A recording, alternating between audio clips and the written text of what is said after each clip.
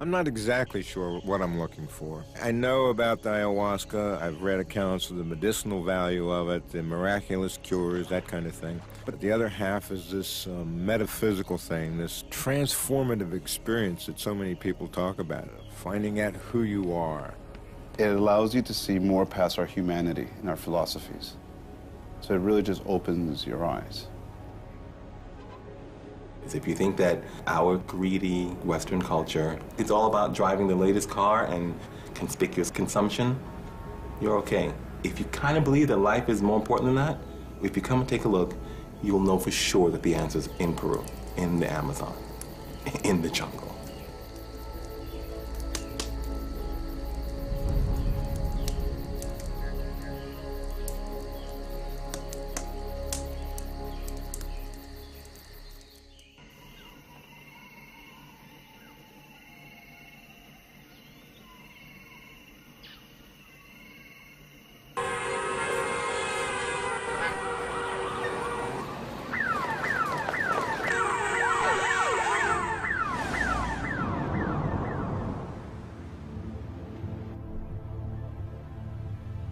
Bob, what are you doing? What happened to you? What have you become? Yeah, you climbed the ladder. Yeah, you have a reputation. Mr. King of the Hill, killer fucking stockbroker. Made millions last year. You can buy whatever you want whenever you want it. But what do you really have? You like to say that you're a good father, but are you really? You like to say you're a good husband. You could be home at 8 o'clock, but you're in a strip club.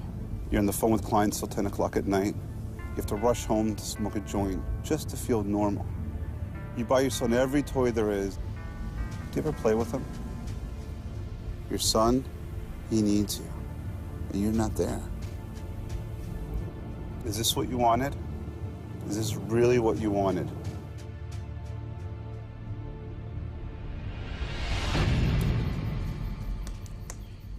I'm a lawyer in Fort Lauderdale. I've been practicing there for 31 years.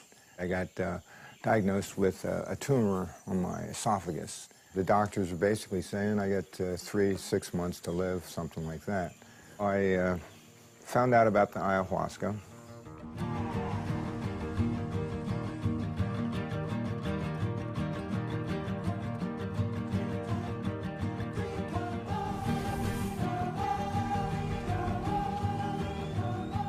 Death I can handle. I'm not afraid of death, but I am afraid of losing quality of life.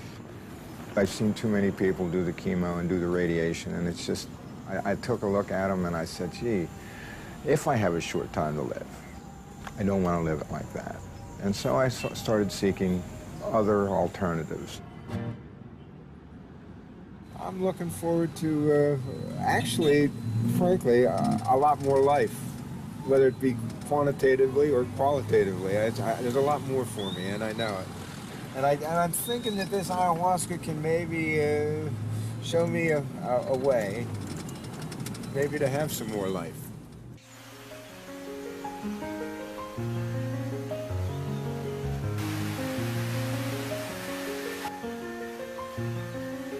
Ayahuasca is a vine and combination of plants from the Amazons of Peru, which, in lamest terms, takes care of all your psychological and energetic problems. That's what it's for. I know it's said to also cure medical, physical problems, but I don't have any proof. I'm not a doctor.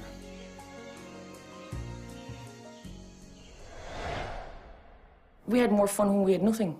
When we had an apartment with cockroaches and eating boxed potatoes because we couldn't even buy food. Rob was my suit salesman 17 years ago this Christmas. He moved into my apartment it was probably within the same week. We had a lot of fun together. We had the same interests. Trusted him. I felt safe with him. Anything he ever said he would do, he did it. I didn't have much of an urge to live as a teenager. And I had this thing, I wanted to die as a hero. I wanted to have honor, have some purpose in my life. You know, I'd never really been in a family environment. When I was 8 years old, I met my dad. I'd never met him before, right? I met him, I met his wife, and my stepbrother. You know, he had a big mansion in Bolivia, elevator in the house, dogs, maids, butlers, drivers. It was a great summer. Came to a point where I guess it was time to go back. And there was a phone call. So, you know, my dad asked me to come in the room. They're on the phone with my mom. And I get on the phone. So they're all sitting around me and I'm on the phone. And she goes, "Do you want to stay and live with your dad?" You know, there's a family unit. I'm looking at it. And I'm like, yes. I really wanted to go home to my mom, right? So I go to the bathroom. I put a towel on my head and just start banging my head against the wall. The pain was too much for me. Who the fuck makes an 8-year-old make that decision, you know?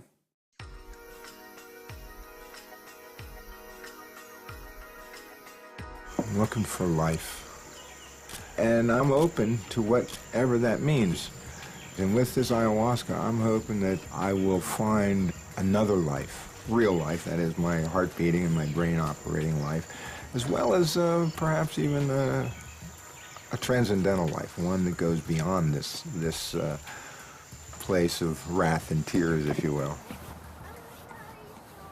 I guess as a kid, you know, like being abandoned by your mom, that would have been me being left with my dad. Declan, where are you? Where? As the weeks progressed, I realized that this vision of this nice father was really a fucking monster. He was a violent alcoholic.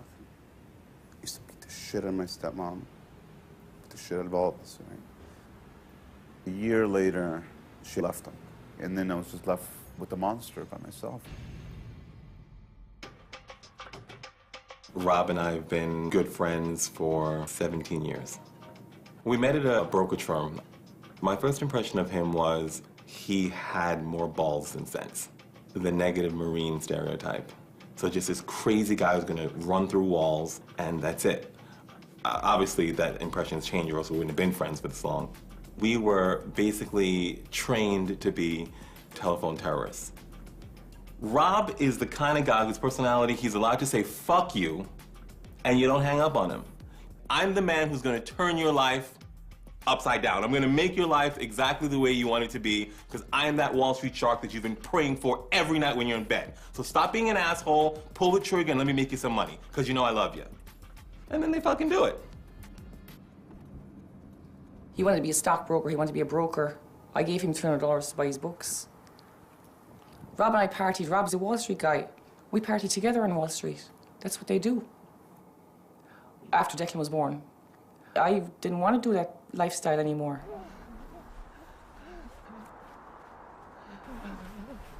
Victor, yay! Victor! Declan!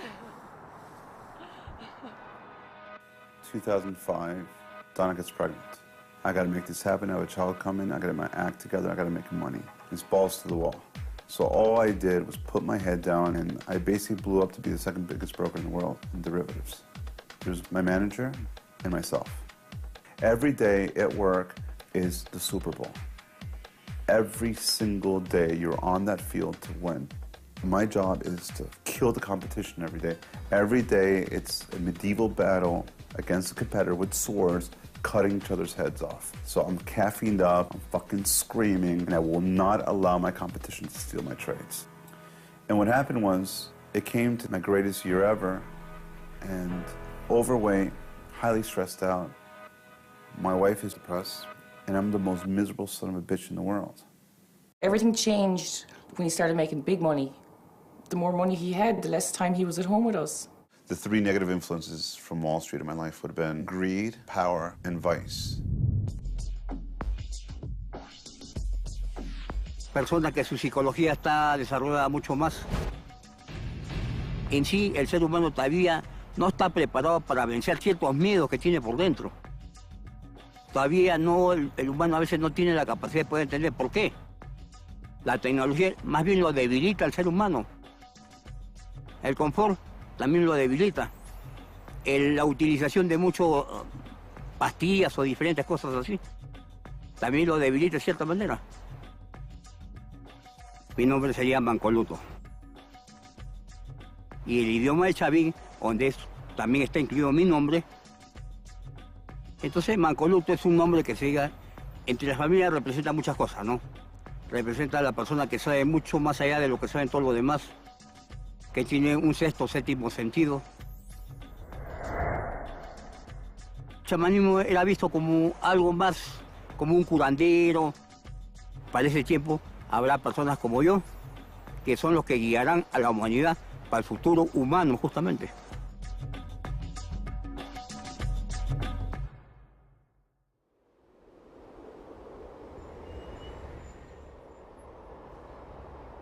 I had a CPI test done, which is a risk of a heart attack, and it's from 0 to 1, I scored a 22. So I was gonna have a heart attack any day. And the same day I had that test, I get a call from Peru. I get on the phone, and my stepbrother tried to commit suicide, and he was dying. And I booked a ticket, and I got on a plane that night to go to Peru. He took rat poison, he's dying, he's had 3 heart attacks, we're just waiting for him to die. And I fought with every doctor, and I bribed my way through. I moved him to a different ward, and I got them to work on him to keep him alive. I don't even know how to pray. I have no idea how to pray. I just started praying. I said, God, if you save my brother's life, I will go to an orphanage in Cusco, and I will help your children out. So the market was collapsing. I said, I gotta get out of here. I'm gonna go home, and then I'll come back for the funeral. The morning I land, he wakes up. A week later, he's out of the hospital. And not even a little bit of a side effect. And I have to live up to my word. So I bought 110 bicycles for an orphanage.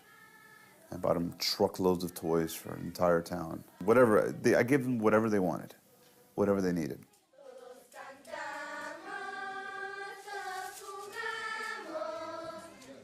So at this point, I remember one of the few friends I had were 2 twins, Aidan and Colin McClelland in Ireland. They're my best friends ever. And they suffer from chronic depression. And they used to self-medicate with every drug you can imagine. And they had mentioned to me about ayahuasca, but I didn't pay any attention to it. You know, I wasn't into it. I didn't really give a fuck about anything but myself. And Aidan committed suicide in 2003 and Colin in 2005. And then I started suffering from depression or stress. That's when I really remembered, oh, wait, there's this thing ayahuasca. That's when I started looking into it and reading about it. I said, fuck it, we're gonna kill a couple birds with one shot. We're gonna go help the orphanage, we're gonna go with the shaman and take ayahuasca. It's going to be interesting, I'm sure. I've read plenty about it, and from my accounts, I understand it's not necessarily going to be pleasant. I have a little bit of nervousness, never having done anything like this before. I've met the shaman. He instills confidence. I just feel like I'm in good hands, so I'm really not too worried. Those are very majestic pictures. He looks like a king. He is a king. Oh, man, that's cool. That's the wooden stick. It's to give you grounding throughout the process of your ayahuasca experience, which sometimes can be fearful. Just something to have in your hand and keep you on the ground.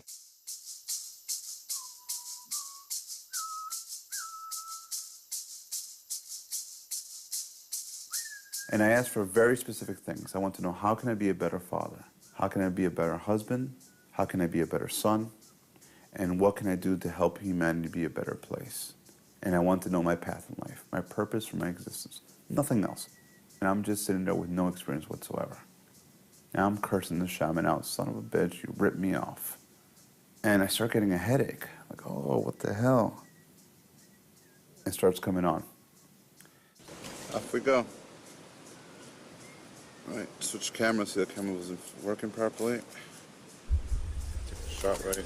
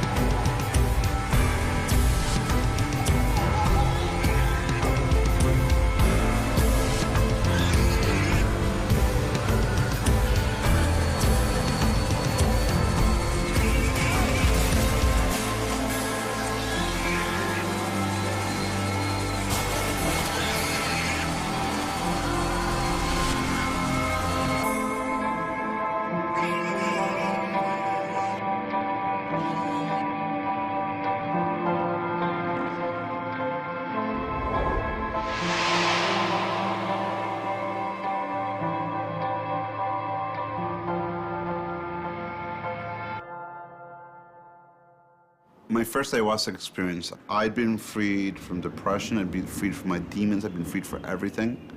I feel like I peeled away the human body and connected to my real self. I felt like I was home.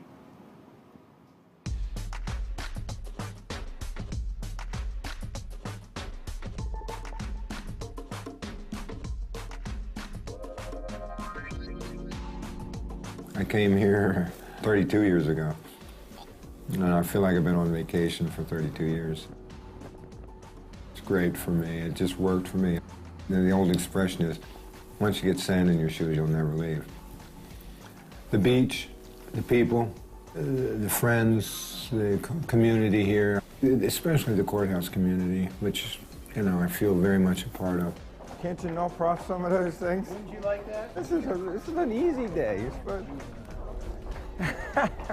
almost like being in high school, you know. You're seeing people you like, congeniality. I like to get along with people, my adversaries, the judges. I don't want to have any harboring things left in this courthouse.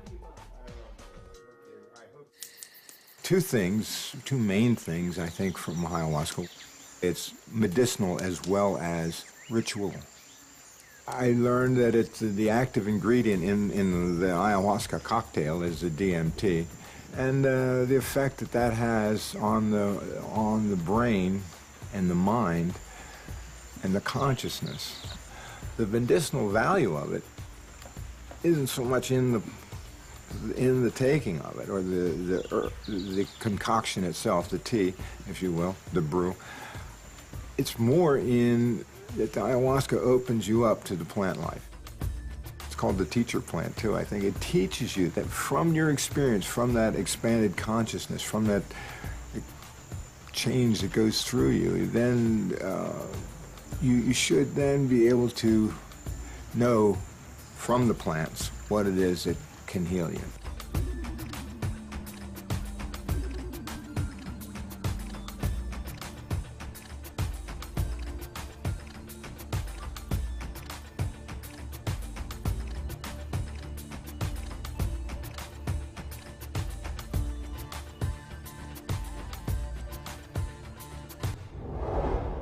I looked at the moon and I said, whoa, vivid colors, and they got more intense, and then they got multi-dimensional. And I'm thankful to be here right now in this crazy place that I love. Every once in a while I think, wow, the frogs stopped when I did that. My throat was not a major issue. I started saying, Mamma Mia, oh, Mamma Mia, and I got all tearful. And next thing you know, I'm reciting the Raven. Then, methought the air grew denser. Then that got crazy. Then I started thinking about all the girls that my first thoughts were the girls that I had treated less than kindly. That's when I started getting all kind of like teary. And I started thinking about a lot of girls, different girls that I broke up with over the years. And feeling pretty guilty about it, I guess.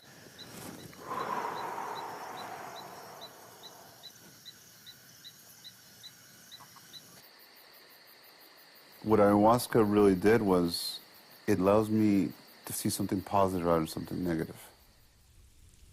I took ayahuasca and I'm incredibly enraged, just rage, and thunder starts breaking through the jungle. And the rage turned to sadness, and I started crying like crazy, and it just started pouring rain. Something said to me very loud and clear, you can make more money than you've ever made in your entire life, but it's not yours. You're gonna have to do something really big with it.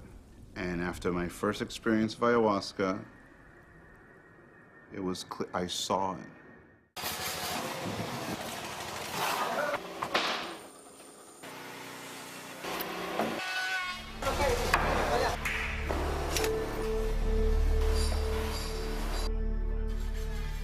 I knew that this here was my reason and my purpose, was to make sure that other people that were in the same situation as me could have the same opportunity to be healed.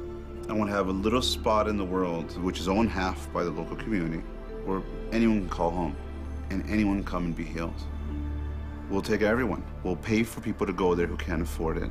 We'll take people who can afford it. And more importantly, to spread the knowledge, bring shamans from all over the world and spread that knowledge of teaching and healing.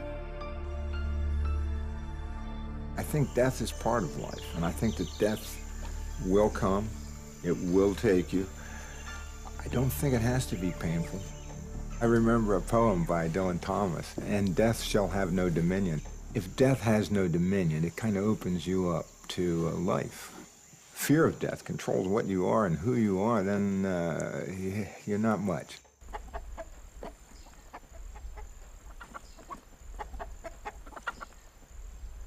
Rob's awakening moment, I don't know when exactly it happened, but I do know that I got a call months ago and said, I went to Peru and I saw this shaman and I took some plant medicine called Ayahuasca.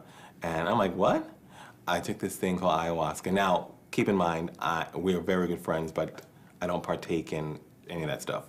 Did some pot with him one time back when we were brokers. That's been pretty much it. So when he talked about ayahuasca, I was like, okay, now he's gone over the fucking deep end. And after I got over the plant medicine, as he called it, and I started to actually listening to what he was saying, I heard a difference in his thought process.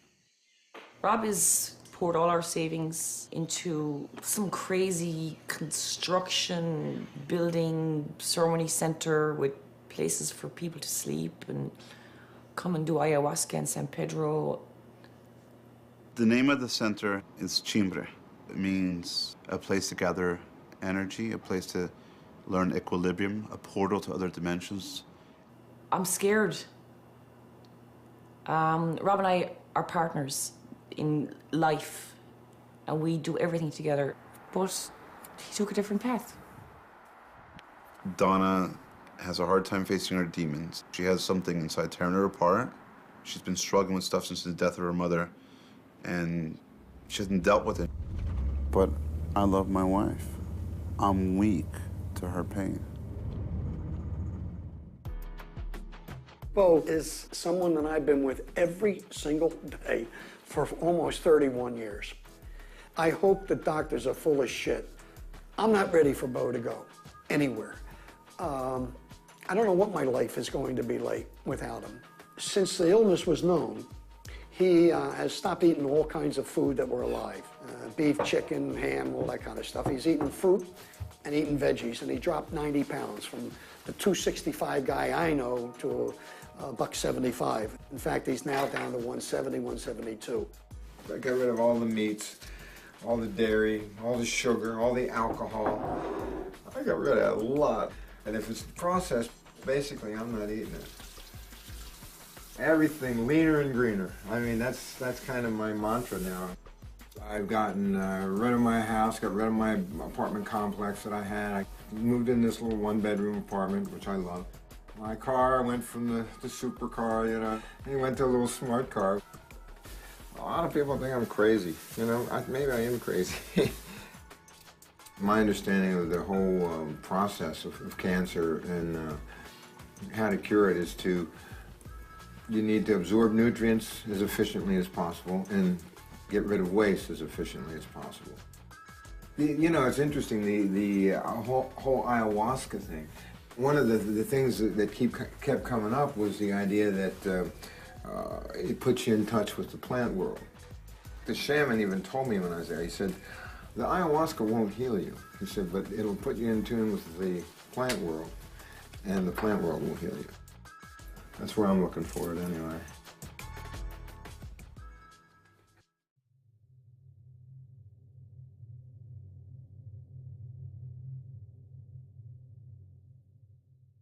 Hello. Thierry's friend? I'm really building the center to show my son that if you have a dream, right, that you have an urge of something that you absolutely have to do in your life, you can't let anything stop you. So in an indirect way, I'm really doing this for him. I sometimes think he's lost his mind. Or this guy has got control of his mind, the shaman. I don't know if I'm going to get him back. Or if he comes back, is he going to be the same Rob? So I just want to give people an opportunity to be free and be shown an alternative medicine that could be the answer to their problems. We're always texting because he can't always talk. Text, I need you to come. You got to see this. You got to meet the shaman. You got to come to Peru. You know, it's the Amazon. You're going to love it. And I'm texting back, fuck you. I'm not coming. No, I'm not going to the jungle to sleep in a tent and wipe my ass with bush and drink water and get malaria and diarrhea and die. No, I'm not doing it. So no, I'm not coming. Alvin, come on! So we're here. Let's talk and more work, come on! We grew up together, the two of us. We're best friends, we did everything together, we got into trouble together, we stayed out of trouble together. We've done it all. And in 5 months, it's taken a nosedive. It's crazy, the whole thing is crazy, it's bizarre. I never thought, after 17 years, this is how we would be. It's terrible having Declan in the middle of this. I see him suffering. He's confused. He sees us just not happy with each other. And all he wants is his family. Declan started making this train of pillows on the couch. And he was really upset if you move a pillow, like, my train's broken. I go, Declan, let's talk about this, let's have a chat. That's my first conversation ever with my son, like real, he's just starting to communicate his emotions. And he goes, I'm really sad, I want you home lots. And then he starts screaming, get my train. And it just clicked. And I go, Declan, is the train your family? He just bursted in tears. Tears were just running down. And he goes, yeah, what happened to my family? I want you, Mommy, to be a family. And I just looked at him and I said, look, I'm gonna try to fix your train. I'm gonna try and make things better.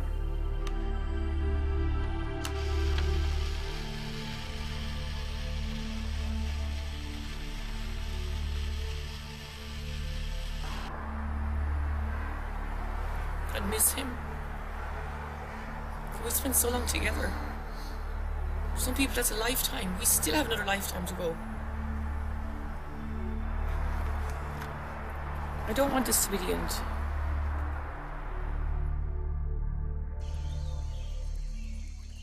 I am pretty much a skeptical person. I think that when you're born, there's a line for good looks, there's a line for intelligence, there's a line for for faith.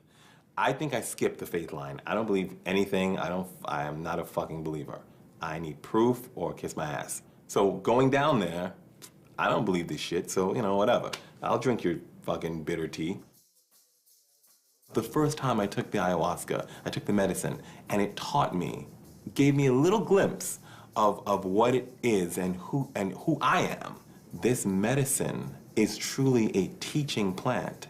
And what Rob was trying to tell me is if I come down with him and he shows me what he wants to do for people, I will get it. And you know what? I got it. I got it instantly. Rob wants to save the world. And his home is falling apart. And I don't know what to do. I don't know how to reach him. To me, I feel like I'm nobody to him anymore. He wants to change the world. It's fucking crazy, but as a person who experienced the medicine, I think it's possible. I really do. I'm going to go to Peru. I want to know what has bitten him so hard that's taken him from us. I really want to see where all our money has gone. I feel like I'm going to some Willy Wonka chocolate factory bizarreness. I have to go. I can't sit here in New York and wonder.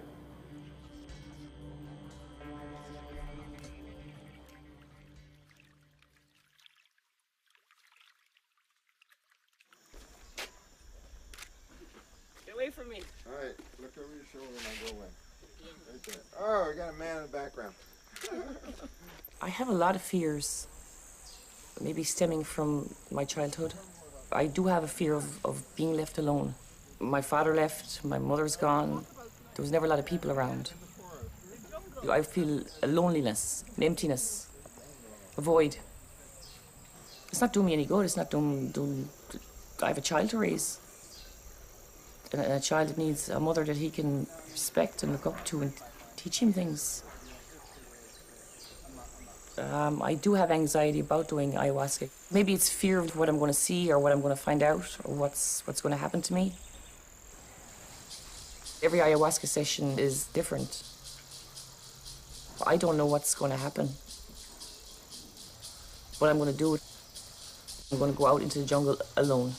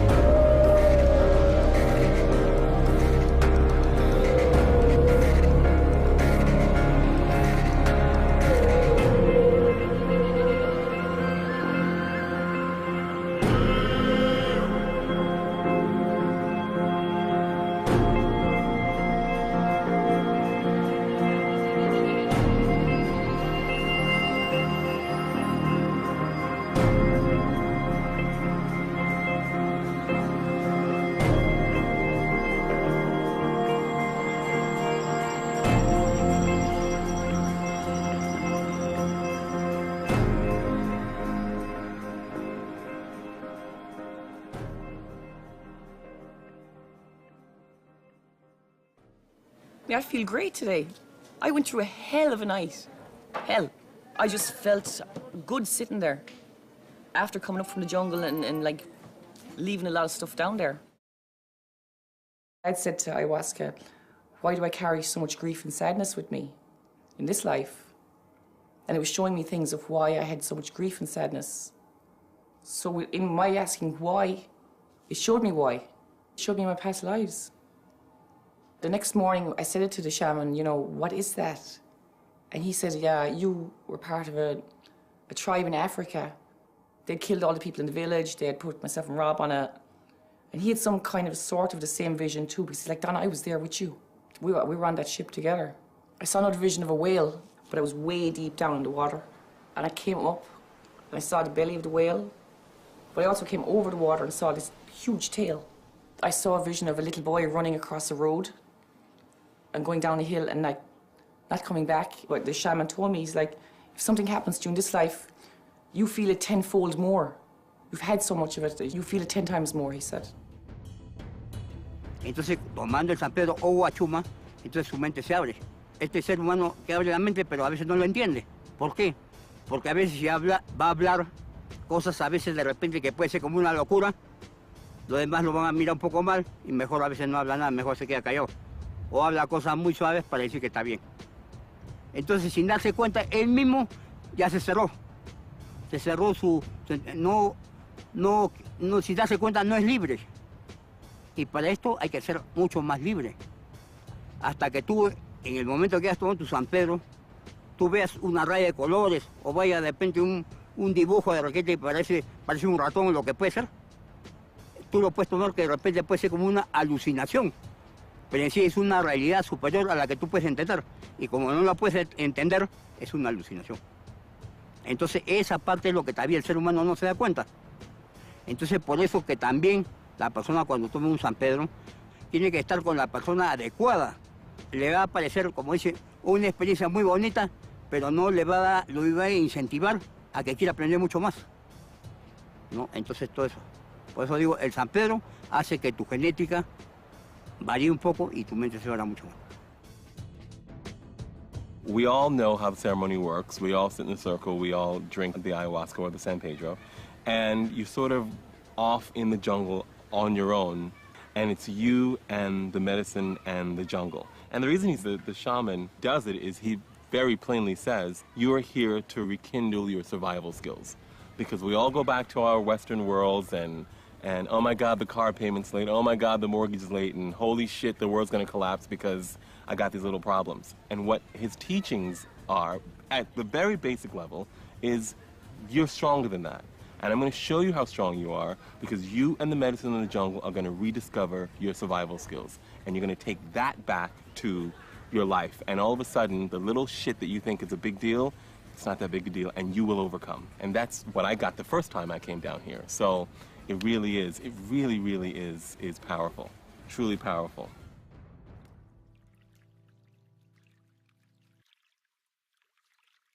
That's Lenny. Hi, Lenny. Our pens like that. I thought, up until today, we'll say, after my ceremony last night, that the shaman was trying to get rid of me. I felt that Rob would walk over me for the shaman even after 17 years that we spent together, and he only knew this guy 12 months. I felt all along that this whole project split us up. But after my ayahuasca ceremony last night, my whole thought process has changed. If I had to summarize what happened, I saw what life is really about. You know, imagine a super galactic roller coaster, and you just have to hold on. Some people made wisecracks about, like, well, oh, it just sounds like an excuse to get high in the jungle, you know? And I can understand that, but this stuff is hardly recreational. I mean, it's way too much ritual involved, way too much preparation, and it's not all that pleasant, at least initially. But the effects, the after effects and the lasting effects are I think, very beneficial and transformative. The vine, it's known to be called the vine of the dead, where you can connect with the spirit of Mother Nature. I know it has healing properties. I know it has psychedelic properties. I know it's never hurt anybody, or I don't think it has. I don't think it's ever driven anybody berserk.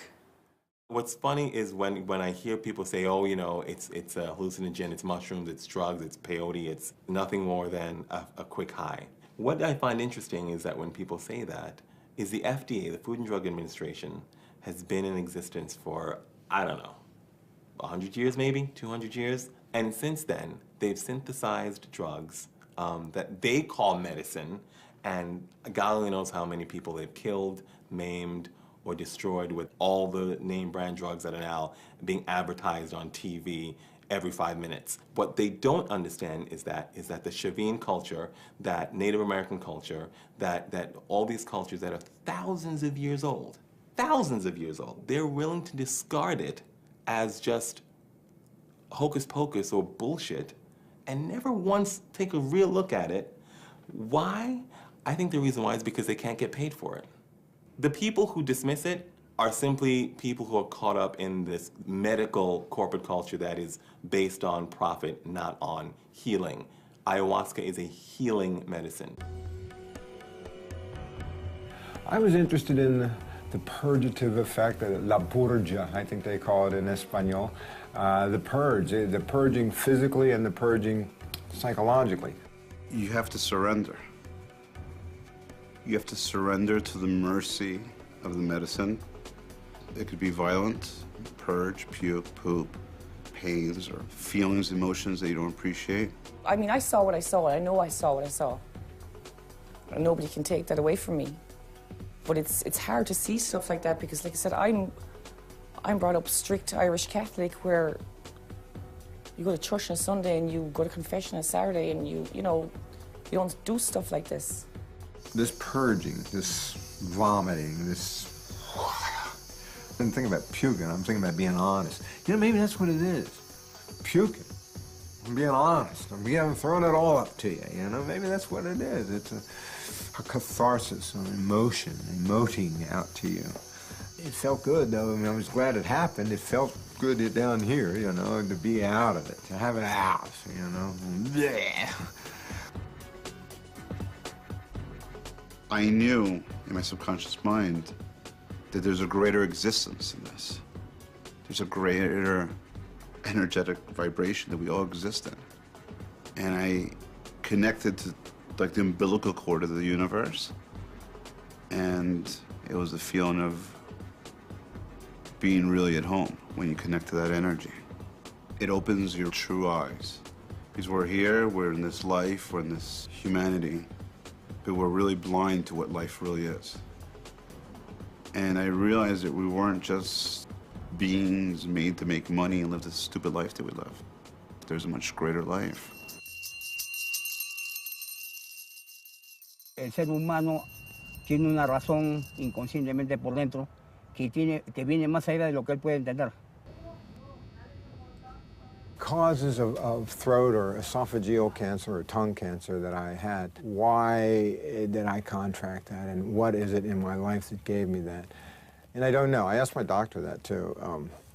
There's no real known reason, I don't think, but I've thought about it philosophically too. I mean, in the sense that I practice criminal law. It's a rough, tough game, and talking's what I do for a living. It's interesting to think about.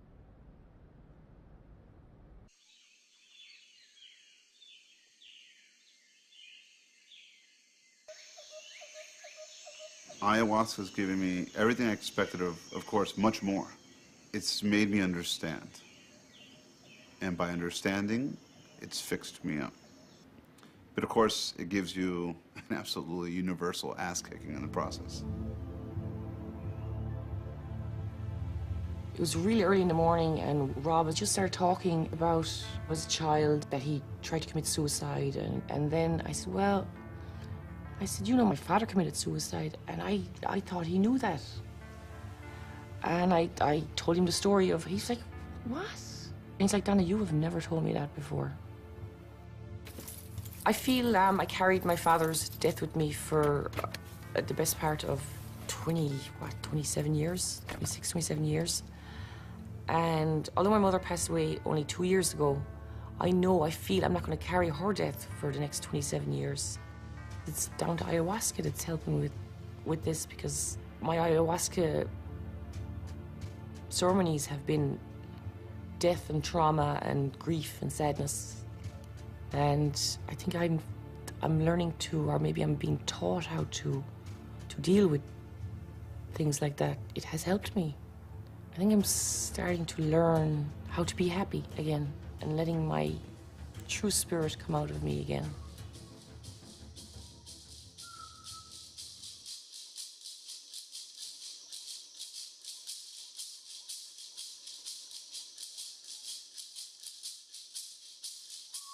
I wasn't aware that I had issues, but if I did, I think I felt like they were dealt with in that very first session.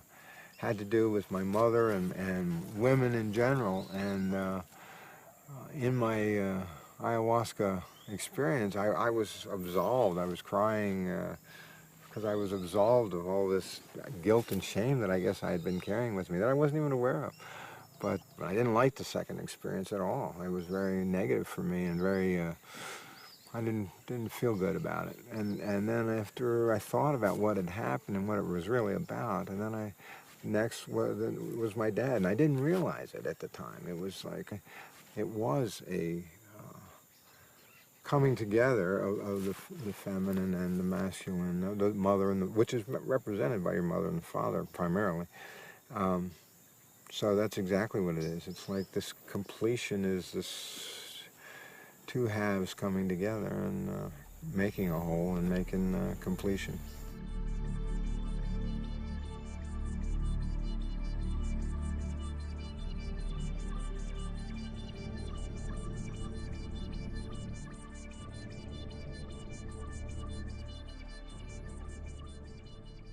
Rob is my half-brother. We have the same dad. Rob asked me the last night, first memory of my father. I told him that the first memory of my dad is when I was 4 years old. I remember that I saw my dad with a gun in his hand, pointing it to my mom. And that's the first memory I have from my dad. I'm really happy my brother's here, because when he committed suicide, I felt really responsible because I had done the same thing when I was 18 years old. And now I feel I could also be responsible to help him heal from the pain of his childhood with our father. In 2008, when I was 18, I tried to kill myself because I had a fight with my dad. And that fight was because I have some bad grades in college, and my dad didn't know that. He found out that, and he drank a lot. And when I get home, he was like crazy, screaming and throwing stuff to the floor and saying, "Why you lied to me? You lied like your brother, or maybe you are in drugs that didn't tell me." And I was like, I don't talk to you because you are like crazy and you are always drinking. And he said, "Well, you are not my son, get out of my house." And he grabbed my mom and he was about to slap her. And I said, "Don't touch my mom." And then I pushed her. I pushed him, and he went to the floor. And then he slapped me. And then I don't know what I was thinking about, but I grabbed a bottle of water and put some poison of rat in it, and I just drank it. And that was all.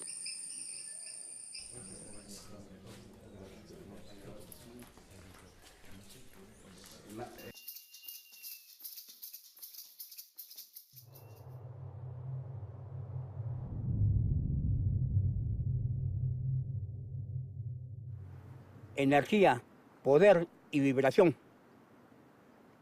Tanto todos los cuerpos humanos, vegetales o minerales tienen un poco de cada uno.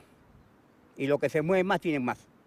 La misma Tierra, todo el sistema solar, o todos los sistemas solares, o toda la galaxia y todo, tienen energía, poder y vibración. It was like I really felt in peace. I think I found myself, and I have a lot of answers. I don't know. I think that everything is coming together. You know. I think that I saw like the shadow of my father, or the shape of my father, like coming up to me, and just when he was about to touch me, I felt like that nature was like come right fast to me and tried to hug me, and the nature was like, "Take it easy, I'm here for you, don't worry, everything is going to be okay." And then the shape of my father disappeared like this. And I feel safe, and I felt secure, and it was awesome. I felt that the nature was like trying to say that the nature loved me, some kind like that. You know, the other night, my brother and I had the same experience. You know, nature embraced us and said, "Look, we're your family, we're here. We can protect you, we can heal you." I was just telling Alvaro, you did all of this. Your actions caused this reaction, and that's massive. So it's the butterfly effect. This guy does what he does, trying to end his life. Rob gets somehow this idea of this whole thing. We both have a lot in common. We have the same experience growing up. And I felt really proud to show him what I'm doing, helping other people, what I've done with the great wealth that I had. I don't have anymore. And how good I feel for doing what I did. And the fact that he got it, and the fact that he was able to achieve some healing while he was here, and then wants to be part of it and help others, great respect from that. So I really plan on being there for him and getting to know each other and developing our bond. I'm glad if all this project is because of me, because I think that this place could help a lot of people, you know, and it has already helped me. So I think that a lot of people could feel something here, you know, like me, like I did. You know, 16 months ago, I asked for my purpose in life. I wanted to know what I had to do in this life. And I was shown and told what to do. And I've done it. So I don't feel like an empty, greedy piece of shit anymore. I feel great. I feel alive. I feel like I'm making a difference. So I've taken a raw material like money, something which could be harmful and greedy and whatever, and I've been able to convert that into something good, to change someone's life.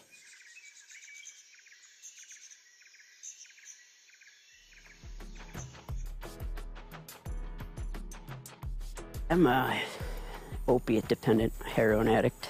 I've been on methadone for the past 4 years. Been addicted to heroin for the last 8 years. I've been to rehabs. I've been to detox. I've been to jail. I've been through the ringer with it, and it's always ended up back in the same place. And just trying to find a new place.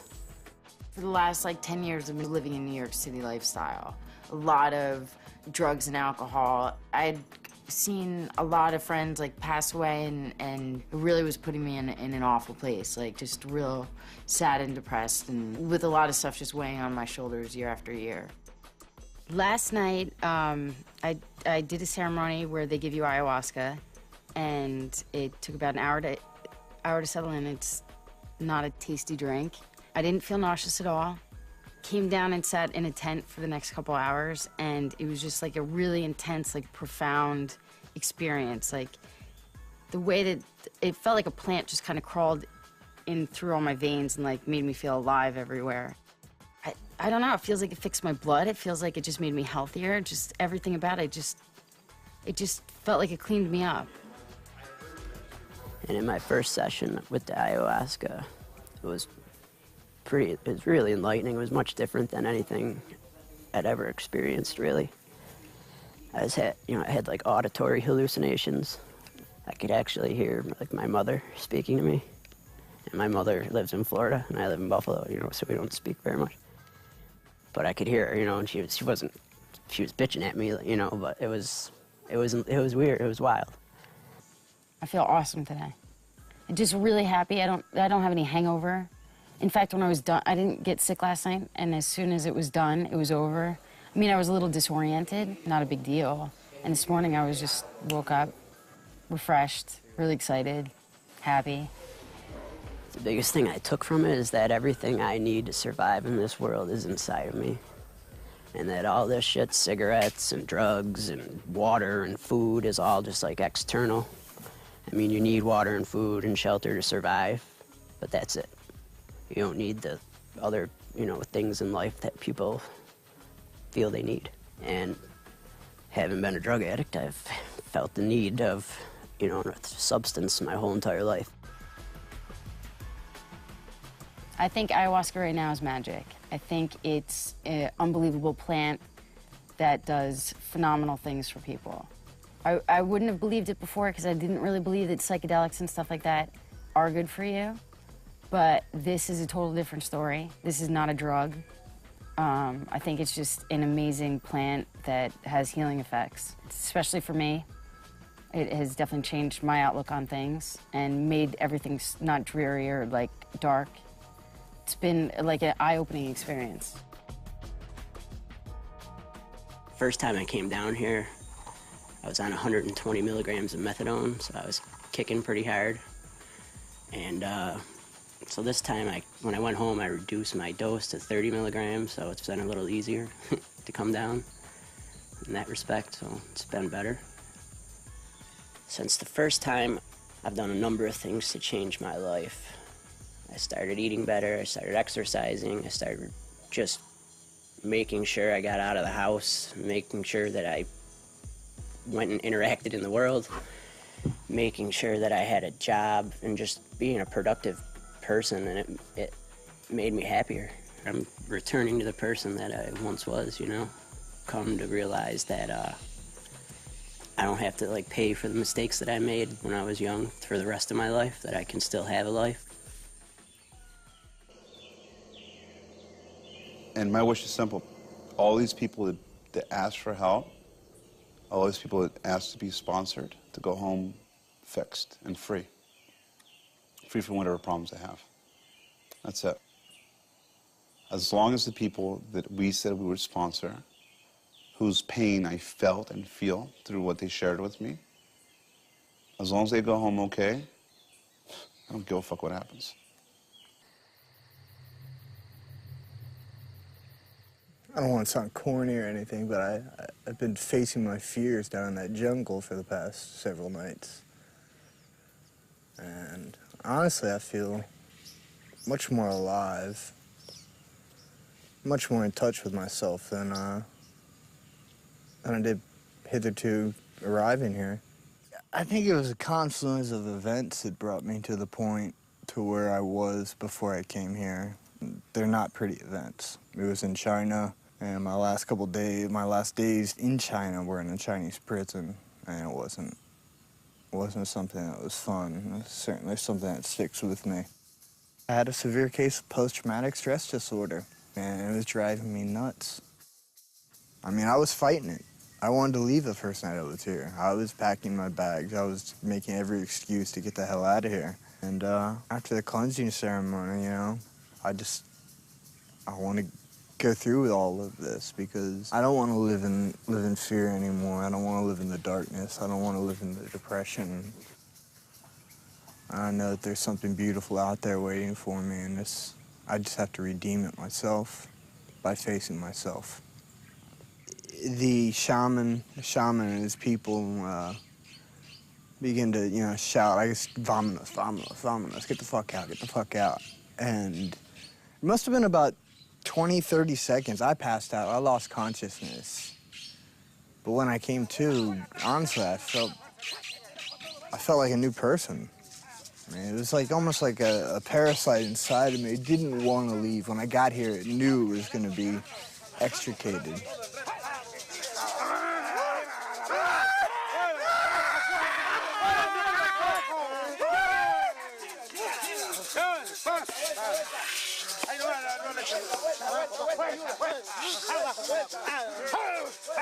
I mean, some of the things that I've seen down in that jungle, I'll never forget. I'll never forget. You know, I felt like last night after I visited that past life, and I came to, you know, where I am now, and I was crying like a little kid. I felt like a little kid. And then I passed out to the sounds of the rainforest, which is just beautiful, honestly. And so hopefully by the time I leave here, I have left that PTSD right down there, and it will never find me again. That's my hope, that's my dream.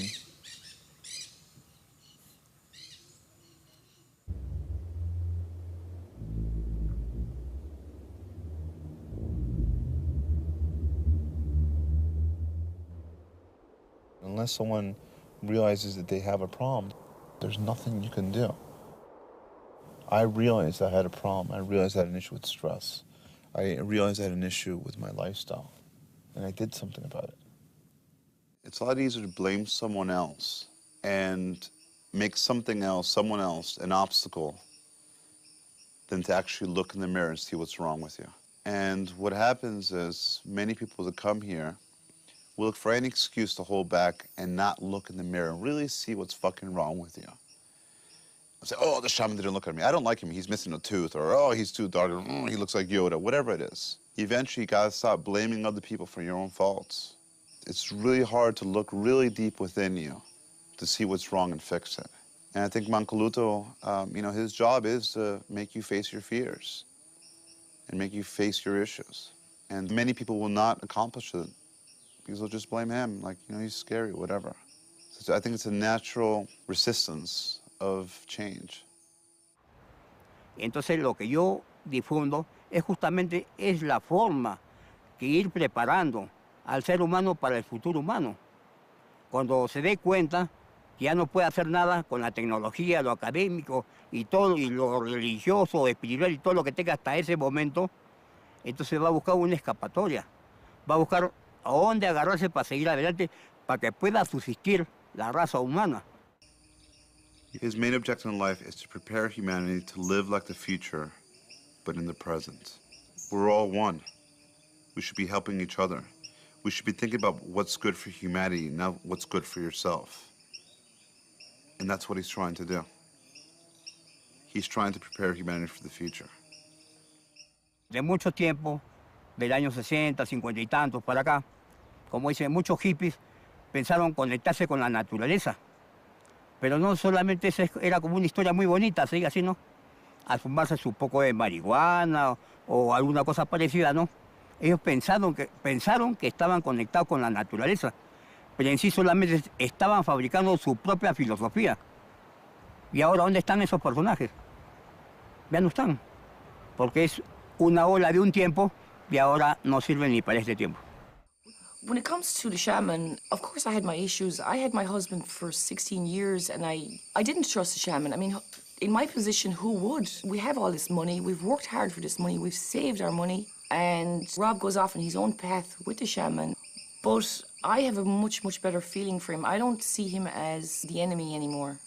And that's just me changing, not him changing or anybody, it's me changing. But coming from where I was coming from, who was I going to blame? That my husband was running around the jungle with all our money and building this, you know, what we're sitting in right now.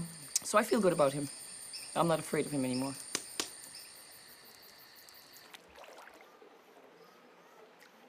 I had 3 goes with ayahuasca. Each was intense.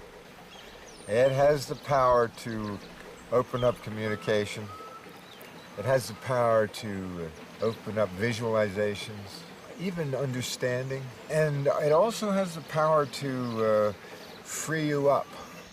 I do feel that ayahuasca has helped me in the last 2 ceremonies I've done. I feel different here. I feel lighter, I feel peace. I feel maybe this is where I'm supposed to be, but I fought it for so long. I feel more willing to express love and concern and it's not that I didn't before, it's just now I guess I'm more free to communicate that. I feel more free to communicate it. The wall, the innermost part of me, that protects my heart. I don't feel as much a need to protect it anymore. There is something about this place that wipes everything away. I've had like 5 months of hell with lawyers and courts and just New York, and I feel peace, and I think other people can find peace here.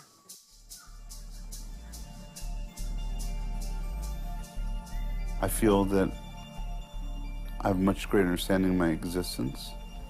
I feel peace inside. There isn't one ripple in here, man. You can hit me with the tsunami, 9/11 could happen right here on the top of me, and there won't be a ripple inside of me. I feel peace. I've never denied my son anything. And my son wants his train fixed. I fell in love with my wife all over again. You know, this warm feeling, like a warm feeling I hadn't felt for my wife in years. I feel great. I feel I found some direction. I've learned a lot in just 6 days from ayahuasca and from just even being involved in actually finding out what's going on down here. I feel recharged. My attitude has changed, meaning to let everything go, try to let everything in the past, let it go, start fresh. Declan has changed also. Declan has settled down. He doesn't seem as needy. His school reports are good. Rob has changed, I've changed. We've come together. We're committing ourselves more to each other, and I see a future, a strong future. Yeah. Good boy. You got it. We've had a long road. And, you know, we both did things that we regret. You know, she's a great mother, she's a great wife, and she's a great friend. And I think I'm done apologizing for all the wrong I've done her. And now we're just free to continue our path. We really have come together, I think even stronger than we were before, which is what we've been through in the last 12 months has been hard on our relationship, hard on both of us, even as individuals. But going through this whole process, I think ayahuasca brought everything to the surface that needed to be brought up, and just it cleared the slate for us, and we get another chance, which is excellent. We've dealt with our problems, and we're okay, we're still together, and we're better parents for that. I see him differently, he sees me differently. And we're not perfect, we'll never be perfect. Rob and I will never be perfect, but we'll always be together, I think, I hope. And on a day-to-day basis, we're working at it. And it's not over. I mean, you know, we've made a great financial sacrifice. We put it all on the line to help others, to build this place, to document this. And we may never recover from that. And even if we don't, I'll take my happiness and my family's happiness over a healthy bank account any fucking day.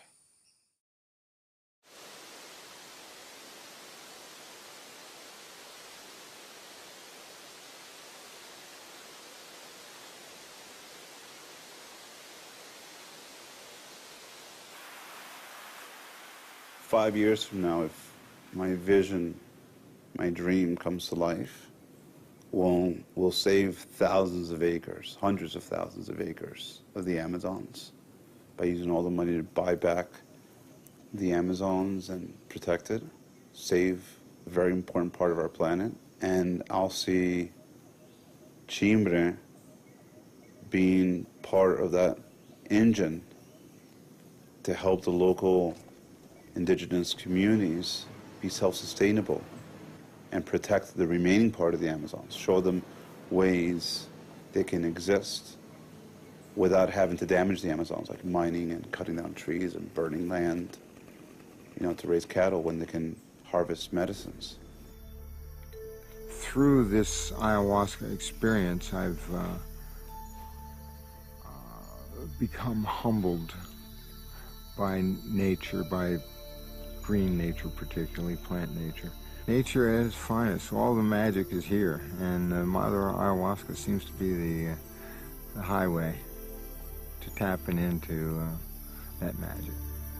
You see the forest and you see the magic in the forest. It's not nearly as dangerous as you think it is. I mean, you had these ideas of snakes going to attack you and spiders and stuff, and there's plenty of that there, but they're not interested in coming after you. God, we saw all kinds of wildlife, and I didn't feel threatened by any of it. Probably the greenest place on Earth. I understand that the Amazon basin generates like 2/3 of the world's oxygen. The world's oxygen. And the rainforest is too precious to lose. And all you have to do is come down here and take a look at it, take a walk out in it, with a guide. I have a newfound respect for ayahuasca. If you do ask it for something, it brings it to you, and it'll only bring you what you can handle. Through the whole process, I have dealt with my issues with my mother, and I'm actually okay with things with her. I feel ayahuasca has helped me in easing things and explaining things a little better to me about the whole process of death, and there is life after. I don't think it's divine where, oh, you know, it's some holy plant and you should worship it and put it up top of your head. It isn't. I think it's a key. Some people might call it Jesus, some people might call it Buddha, some people might call it Allah. Call it what you want. If you have an understanding that we are bigger than who we think we are, then you're on the right track. We're a species. We've forgotten that we're a species. We come from the earth. It's our habitat, nature, right? So just like a cat or a dog or a horse has a plant that they could eat and they purge and they feel better, right? So there's things Mother Nature has for us. We're another species. And I think ayahuasca is just the key. It's one of those things that the earth, our habitat has for us, so we can treat ourselves. I think that every leader of every head of state, all these heads of corporations should have ayahuasca. Because I think if they did, they would realize that it's not just about money. And we are all bigger than our body gives us credit for. And we're all one. If we all are truly one, then there wouldn't be people starving. There wouldn't be homelessness. There wouldn't be bigotry. There wouldn't be hatred. Because if I hate you, then I hate me because we're one, right?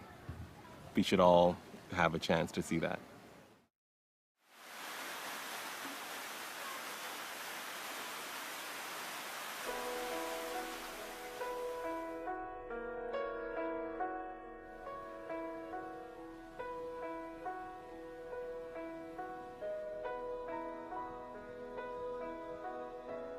Soon after we came back from the ayahuasca experience in the jungle, a vision came to me. This was not a dream. This was a vision. I was perfectly awake. A girl, a young girl, a native Peruvian girl, she holds up a cube. And she said, blow gently on this. I blew on it, and smoke came out of the cube. I opened my eyes, and her image was there for a while, and it just faded away. The little girl was my feminine self. The cube represents completeness. The blowing is like an igniting, a fanning of fire, so to speak. And that the smoke was a cooking, a finishing. That vision was, to me, about finis, no mas. I'm coming to an end, and it's the end, and I'm completing the things that I need to complete, and it's a good feeling, frankly. Since we're all one, everyone's really part of it. With time, the more you work with this medicine,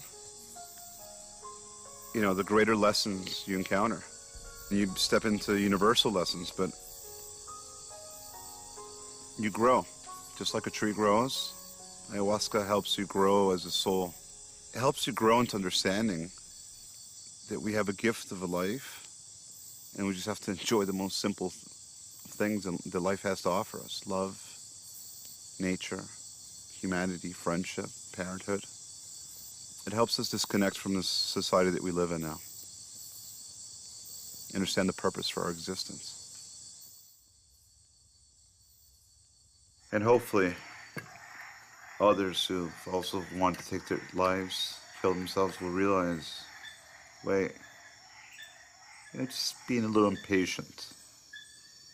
Maybe you just need another 5, 10 years, or maybe 10 months.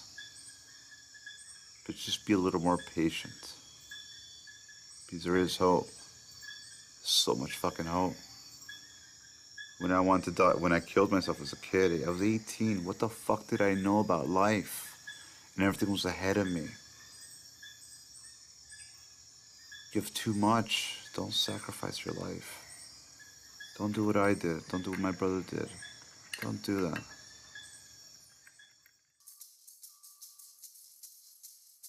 Every time I do ceremony, most of it is never about me. Most of it is, you know, big messages for humanity. I had parents, a mom and a dad, who were arguing, and not really arguing, but chastising the children. Now, we being the children, human beings are the children. And the dad would say, you know, you fucked everything up. We gave you everything, and you fucked it up. And how could you do this? How could you let this go so far? And then, after that, then there would be this, I guess the mom, who would say, but we love you, and we're going to fix this. And then at some point, they both came together and basically said, we did give you all of this. You did screw it up. We can fix it. It's going to be a hard road. It's going to be terribly difficult. Many will die, but in the end, we will all be fine.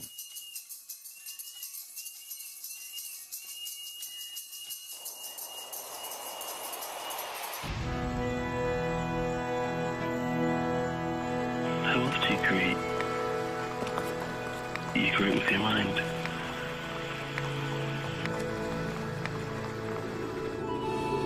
You destroy with your hands, but you create with your mind.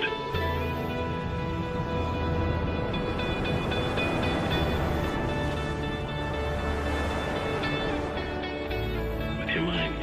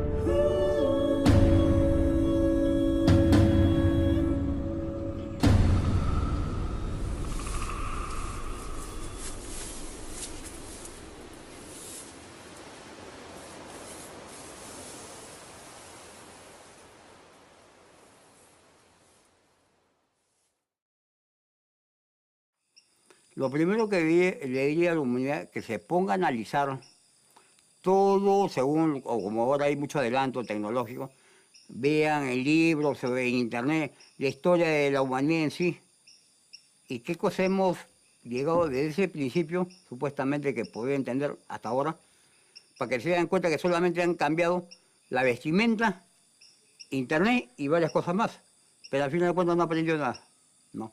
Entonces, el ser humano tiene que aprender a analizar eso, liberarse eso, para que recién su mente pueda entrar a un camino más profundo, una profesión, una psicología más amplia.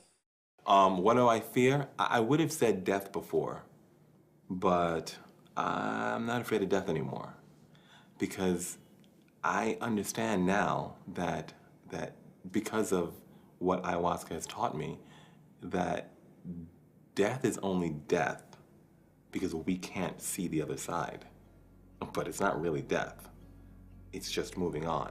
Because infinity is forever. I mean, it goes on forever in all directions. And it goes in infinitely tiny as well as it goes infinitely large. So in those infinities and in those eternities, from yesterdays and all the tomorrows, it will come back. Mathematically, it has to. So I'm confident that I'll be back. I'll be back. And it'll be different, and it'll be the same. Ayahuasca shows you what you need to see. It makes you feel exactly what you need to feel. but you have to surrender to it. You can make any excuse not to surrender, but you have to surrender to the mercy of the medicine. You have to step into the fire and see what happens. Modern